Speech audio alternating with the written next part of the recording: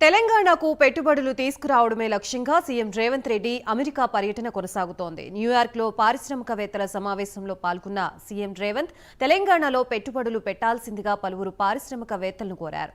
అందుకు పారిశ్రామికవేత్తలు ఓకే చెప్పడంతో తెలంగాణకు పెట్టుబడులు రానున్నాయి. ఈ భేటీలో సీఎస్ శాంతికుమారి, మంత్రి శ్రీధర్ బాబు, ప్రత్యేక ప్రధాన కార్యదర్శి తదితరులు పాల్గొన్నారు. స్వచ్ఛ బయోతో తీసుకున్న ఒప్పంద పత్రాలతో సీఎం రేవంత్ రెడ్డి, ఆ కంపెనీ చైర్పర్సన్ ప్రవీణ్ పరిపాటి సంతకాలు చేశారు.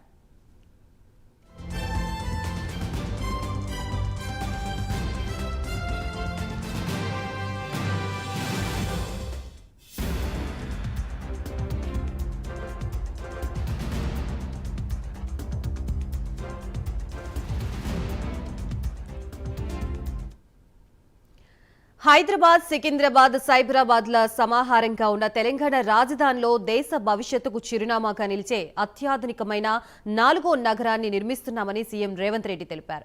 కాలుష్యరహిత నగరంగా దాన్ని తీర్చిదిద్దనున్నట్లుగా తెలిపారు. ఇందులో ఆర్టిఫిషియల్ ఇంటెలిజెన్స్ హబ్తో పాటు medical, tourism, sports, software, pharma విలేజ్లను అభివృద్ధి చేస్తామన్నారు.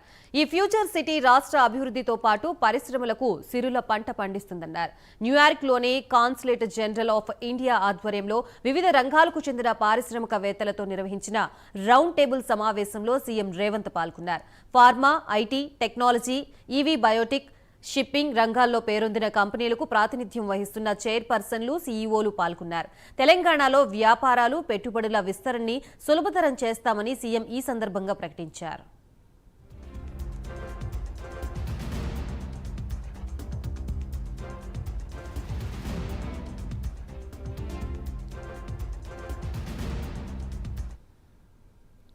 పరిశ్రమల అవసరాలు, అభిరుచులకు అనుగుణంగా నూతన పారిశ్రామిక విధానాన్ని రూపొందిస్తామని ప్రకటించారు. అమెరికాలో ఉన్న వ్యాపార అవకాశాలన్నీ తెలంగాణలోనూ ఉన్నాయని, చైనాకు ప్రత్యామ్నాయంగా ఎదగాలనేదే తమ సంకల్పమన్నారు. హైదరాబాద్తో పాటు తెలంగాణను పారిశ్రామిక క్లస్టర్లుగా విభజించి అభివృద్ధి చేసేందుకు రూపొందించిన భవిష్యత్తు ప్రణాళికలు, తెలంగాణ చరిత్రపై సీఎం ప్రజెంటేషన్ ఇచ్చారు. అనంతరం ఆయన పారిశ్రామికవేత్తలందరినీ ఉద్దేశించి మాట్లాడారు. తెలంగాణ సీఎం హోదాలో ఇది నా మొదటి అమెరికా పర్యటన. తెలంగాణ ఇప్పటికే సాఫ్ట్వేర్, లైఫ్ స్టైల్స్, ఫార్మా రంగాల్లో అగ్రగామిగా నిలిచింది. మిలియన్ల కొద్దీ కోవిడ్ వ్యాక్సిన్లని తయారు చేసి ప్రపంచానికి సరఫరా చేసింది. ప్రపంచ పారిశ్రామికవేత్తలంతా ఒకసారి తెలంగాణకు రావాలి, కలిసికట్టుగా గొప్ప భవిష్యత్తుని నిర్మిద్దామని పిలుపునిచ్చారు. ఐటీ, పారిశ్రమల శాఖ మంత్రి దుద్దిళ్ల శ్రీధర్ బాబు మాట్లాడుతూ తెలంగాణని చైనాకు ప్రత్యామ్నాయ ఉత్పత్తి కేంద్రంగా తీర్చిదిద్దాలనేది సీఎం సంకల్పం. ప్రపంచంలోనే టాప్ 10 సిటీల్లో ఒకటిగా హైదరాబాద్ని అభివృద్ధి చేస్తామని తెలిపారు.